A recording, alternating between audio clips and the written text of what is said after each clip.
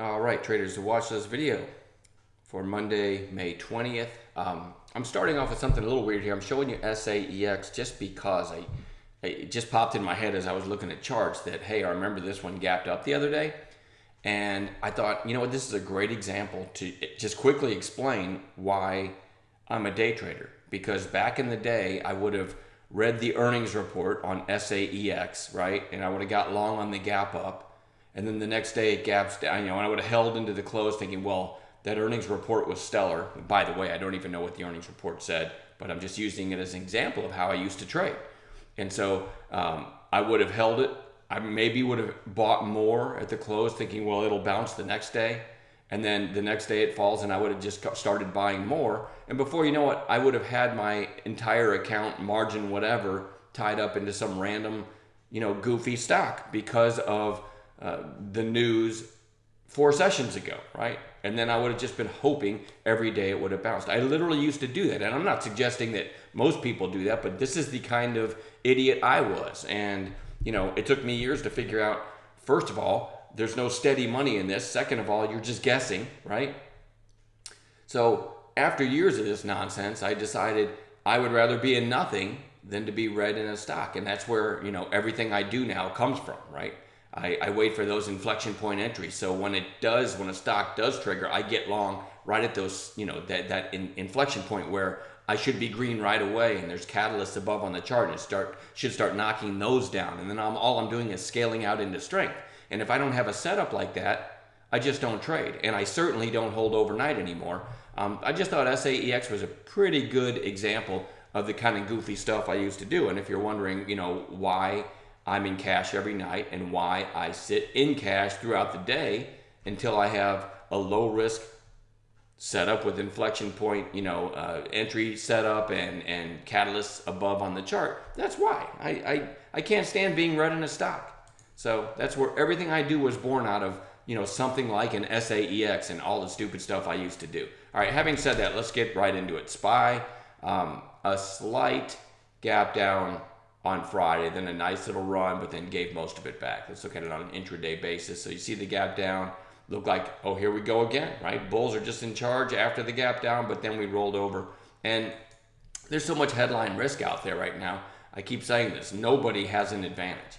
You can get short and then you can get a tweet and it rallies the market. You can get long and you can get a tweet and it tanks the market. So, another example of why I like being in cash and waiting for those, watching a certain group of stocks that have had recent action and then waiting for those low risk intraday setups. All right.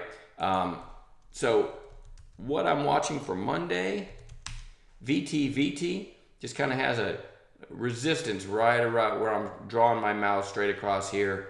A little bit of extra volume back here. It tested that high again and then again.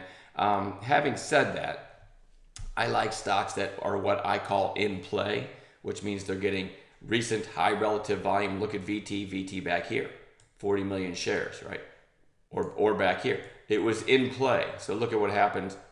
Nice secondary bounce right there. I mean, that's a good trade. This is something I would have been watching, right? A week before, 40 million shares and it's kind of flagging, and then you get a nice little trade. You don't have that here, right? You have a little bit of extra volume back here. So I just try to give these caveats because I don't love this, but it's kind of a decent little breakout area. I wouldn't say it meets all of my parameters though.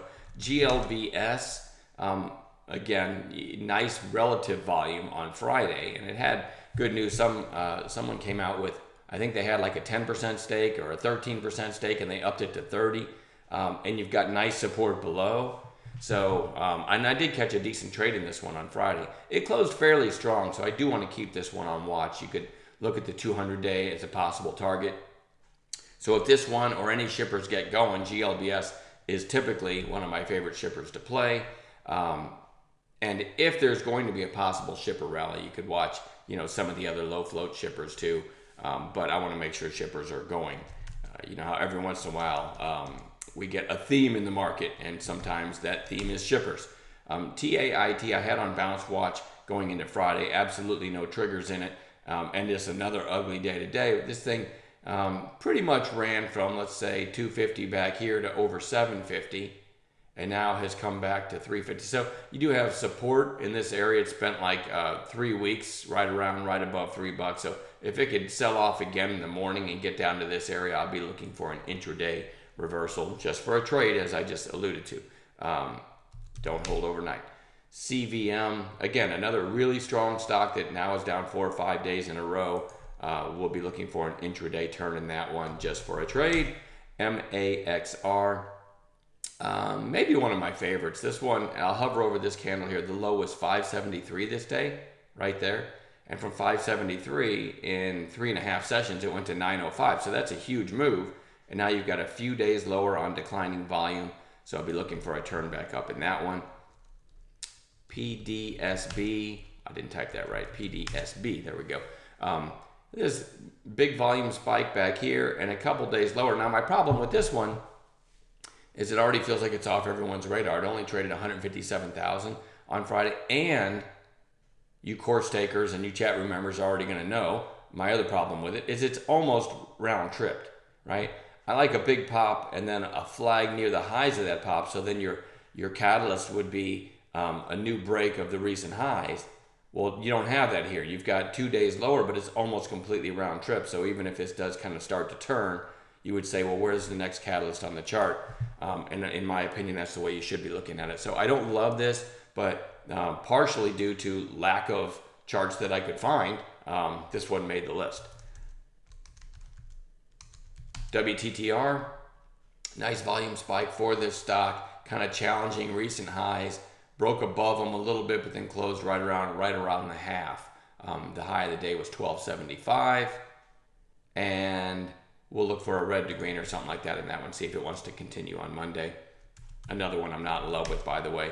RBZ, this is not a pretty chart, but it did have nice volume on Friday, and you can see the big move from 530 all the way to over 670. So even though on that daily chart it doesn't look like much, that's a big move, and it spent the rest of the day just kind of declining on lower volume.